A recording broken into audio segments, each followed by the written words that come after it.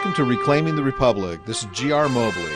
This show is sponsored by Mobius Strip Press.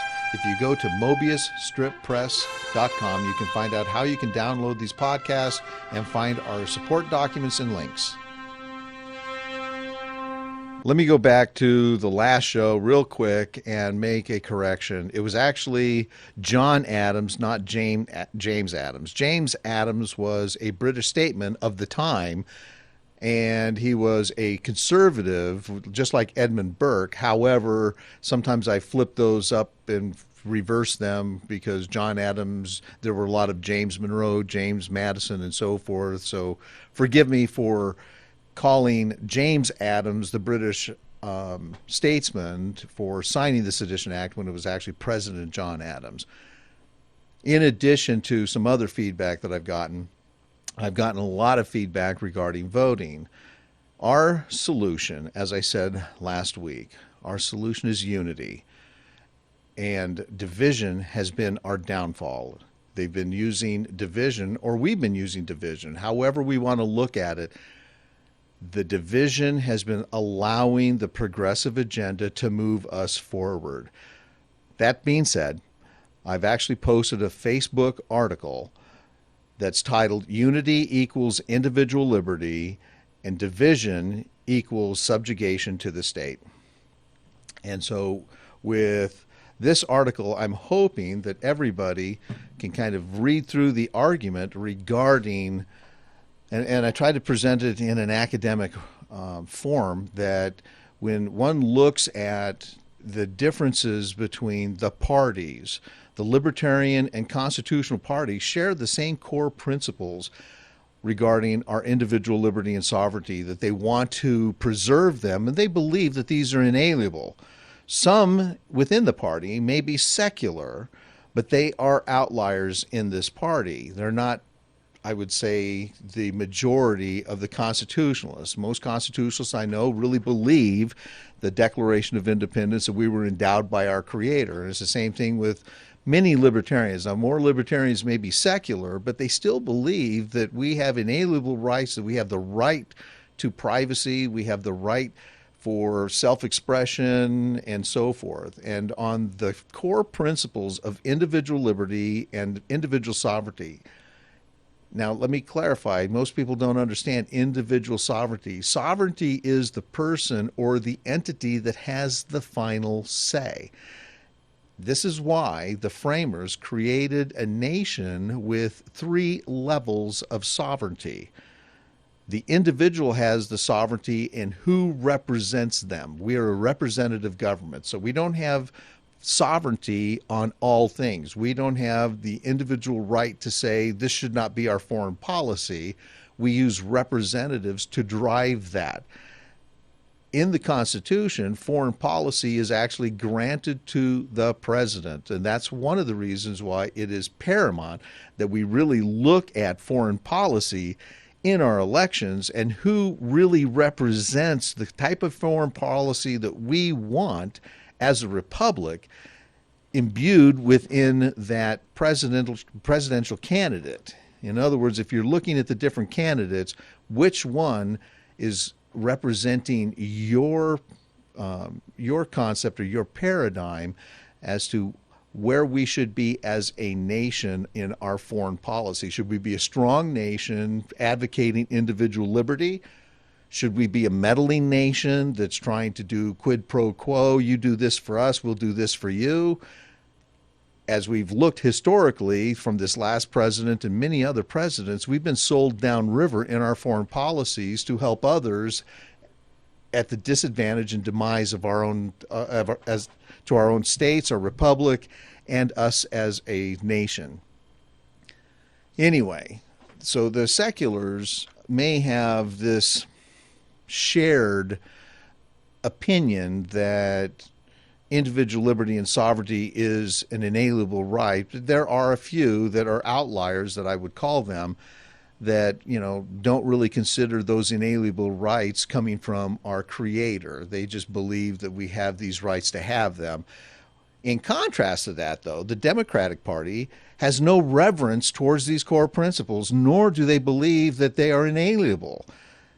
A true Democrat really believes that the state is the one that dictates what your freedoms can be. And if you think you can say something and that hurts somebody's feelings, then they believe that there ought to be a law against you hurting somebody's feelings, and they're going to regulate what you can say.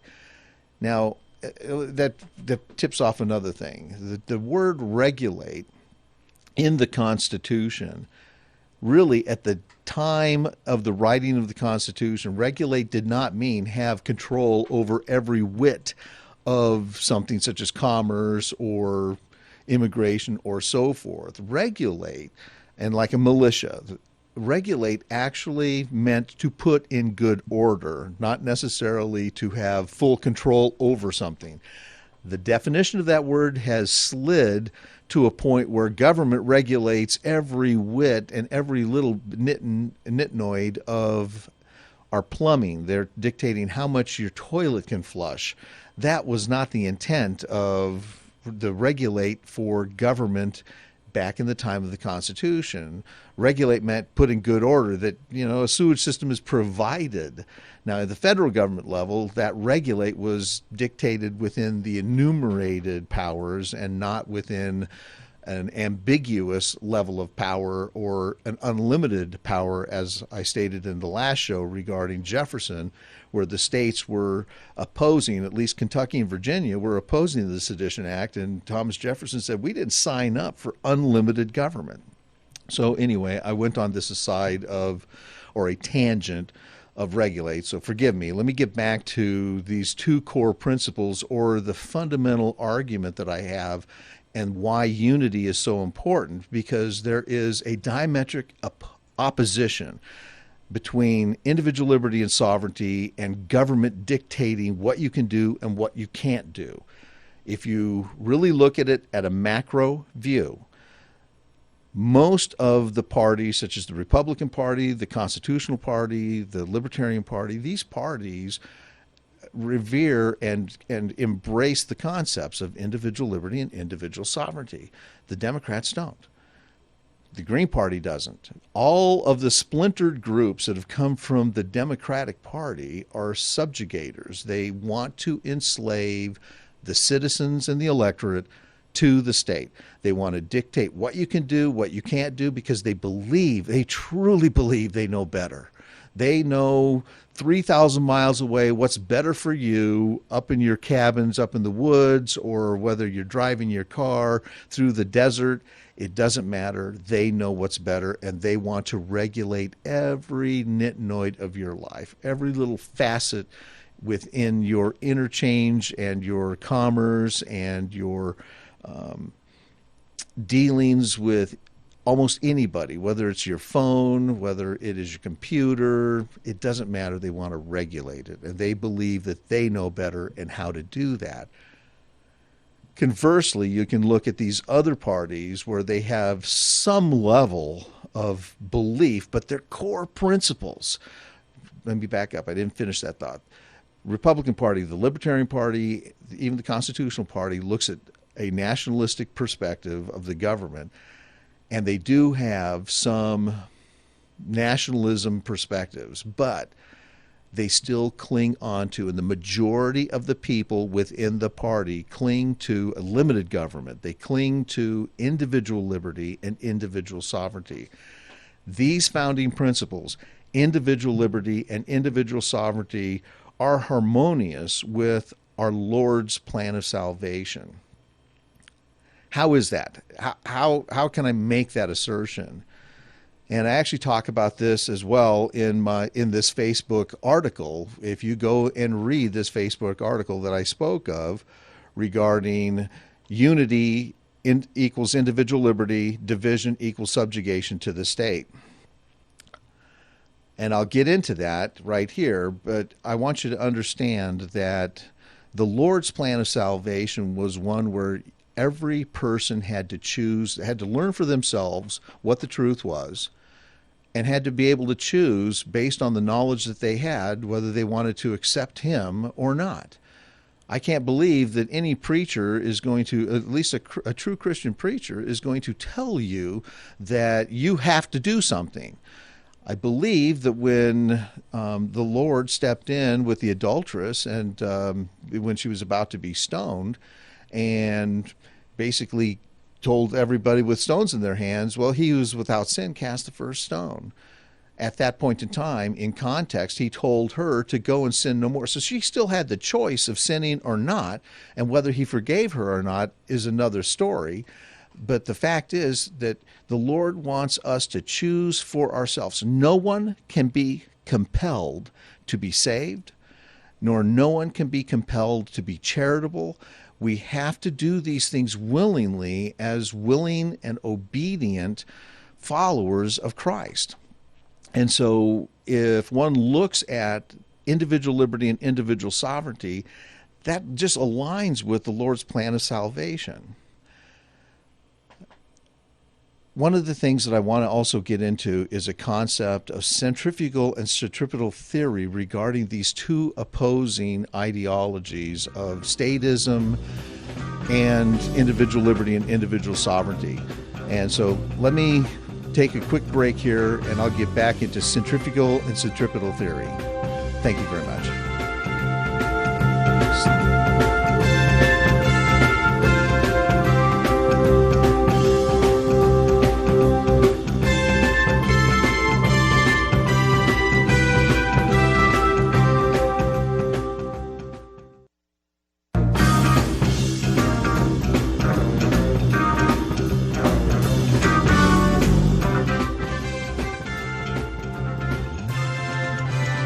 Right before the break, I introduced a theory, and actually I introduced this theory in my inaugural show, where I talked about centrifugal and centripetal energies of politics.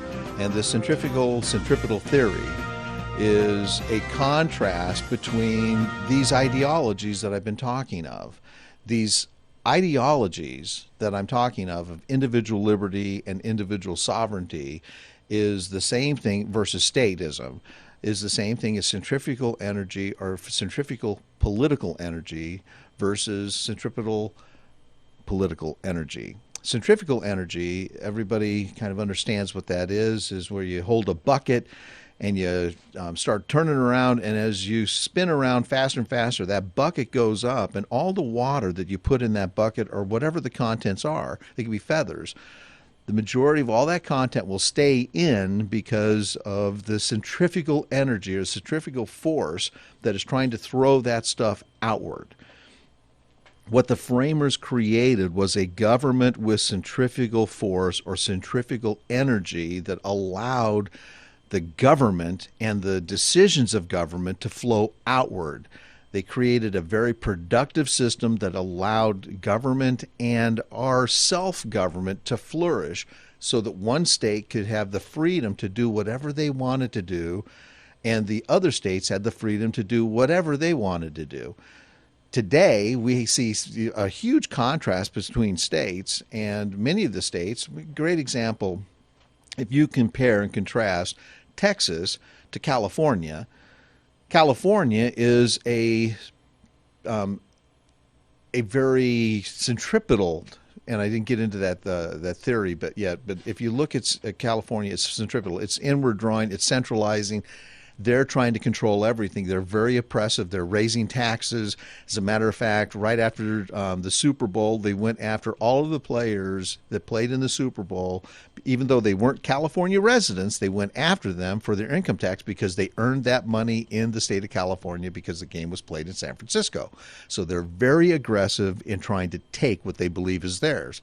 Texas, on the other hand, is a more of a laissez-faire approach in how they treat their people. So what ends up happening, and this is why they created the centrifugal energy, because California has the right to be as oppressive as they want, because the Constitution allows them, as long as California does not violate any Bill of Rights, because the 14th Amendment, Section 1, clearly states that no state shall pass any law that, and I'm paraphrasing here, that no state can pass any law that will infringe upon the individual immunities and privileges that are guaranteed within the Constitution, which includes the Bill of Rights.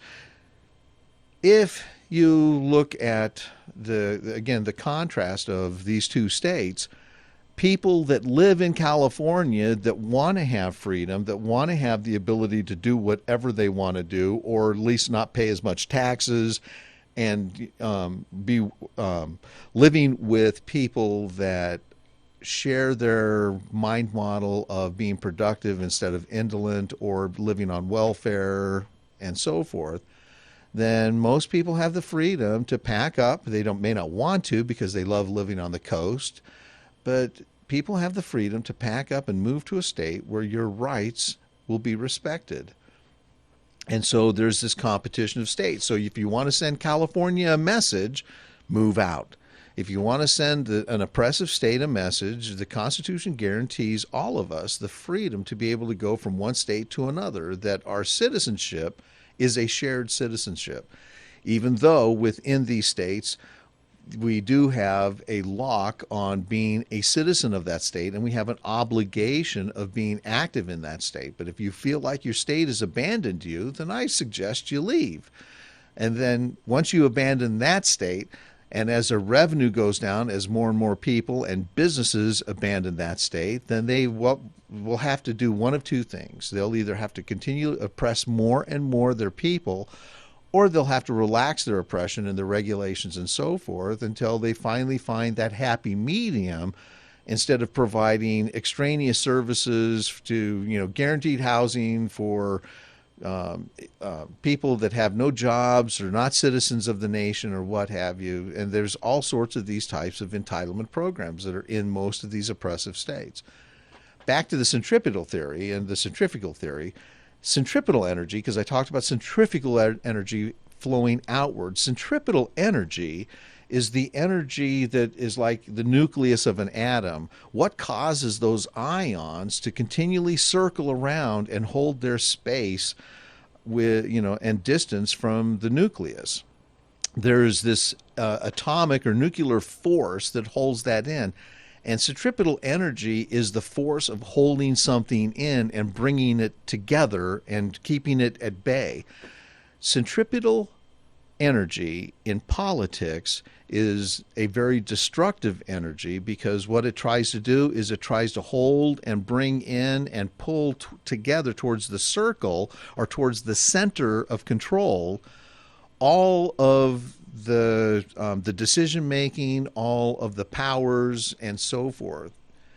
In other words, if you're not a part of the centralized government, if you're not a part of that core policy making and the core decision making, then you have no power and or no decisions to be made. They're going to dictate what you can do. They're going to dictate prices.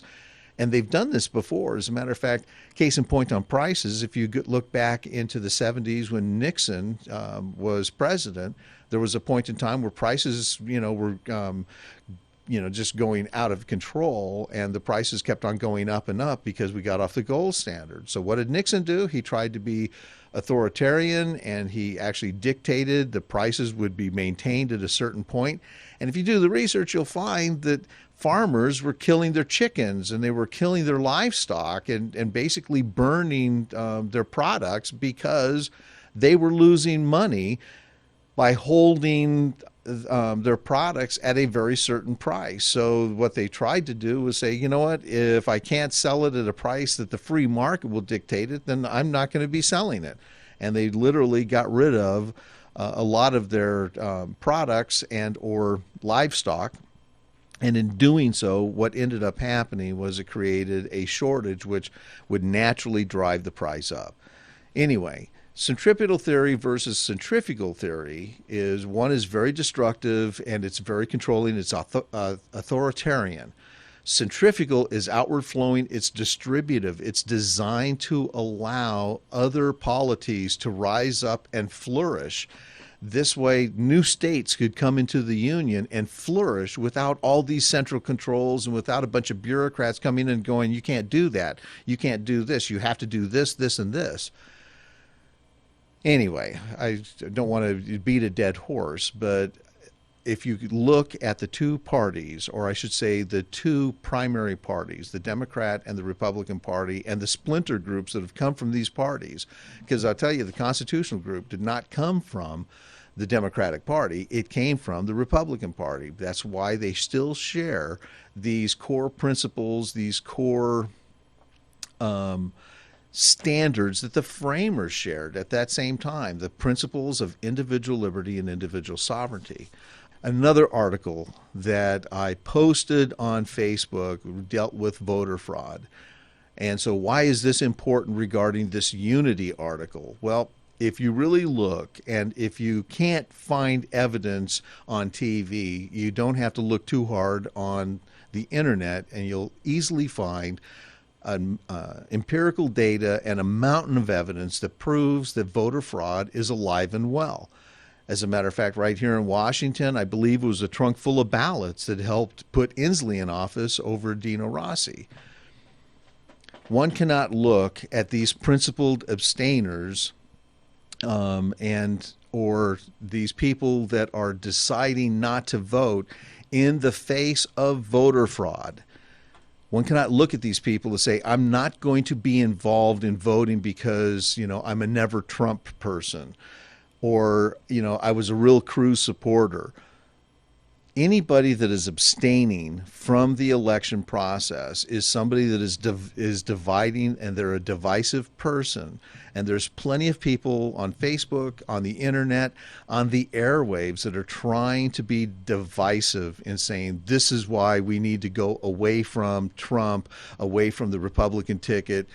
The libertarians are trying to bask in the I'll call it the marketing of their perspective. And what they're doing is they're driving the opportunity up for the Democrats, who are very unified, and getting their person in and getting their policies forward. The reason we've been losing all of these elections is because we keep on chasing these little things.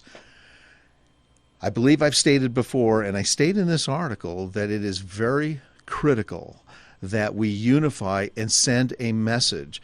In unity, we don't have to accept whatever that person, wants to dictate or ram down our throat. As we look at the policies and those types of problems that come with an individual candidate, whether it be the president, whether it be a senator, whether it be a congressman, whether it be a city councilman, the problems can easily be overcome through the contract.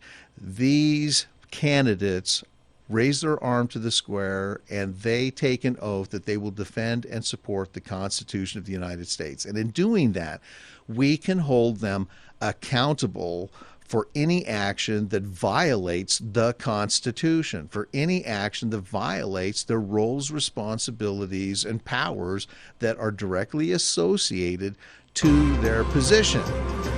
Well, I was hoping to get into some of the citations from last week and getting towards Washington's farewell address and so forth, but it looks like I've actually ranted myself out of time. I apologize for that, and apologize for some of the stumbling, but stay tuned, and I'll be back next week with some more citations and ranting. Thank you.